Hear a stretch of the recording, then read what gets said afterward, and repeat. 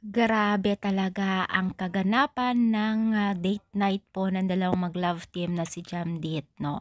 So bago natin ipagpatuloy ang ating paksa for today's video, kung bago ka pa lang sa aking channel, please subscribe po, like, and pakit na rin po natin guys ang notification bell upang ma-update po tayo tuwing ako may nag-upload sa mga viral and trending video couple.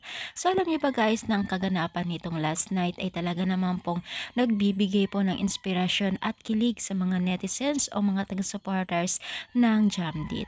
Ito po ay talagang binigyan po na naman tayo ng kilig na kaganapan sa kanilang dalawa. Ito ay kung makikita po natin ay may date po sila. No, so kinantahan ni James itong si Medit at kita rin po natin kung paano niya pinapahalagahan at inaalagaan itong si Medit sa harap at sa likod ng camera. So ito ay naawin po niya ang kanyang buhok na talaga naman pong marami pong kinilig dito dahil habang nagkukuha po o kumukuha ng video, itong si Medit ay tila sagabal yung buhok niya sa kanyang mukha, kaya naman po hindi nagdalawang isip na ayusin ni James ang kanyang buhok.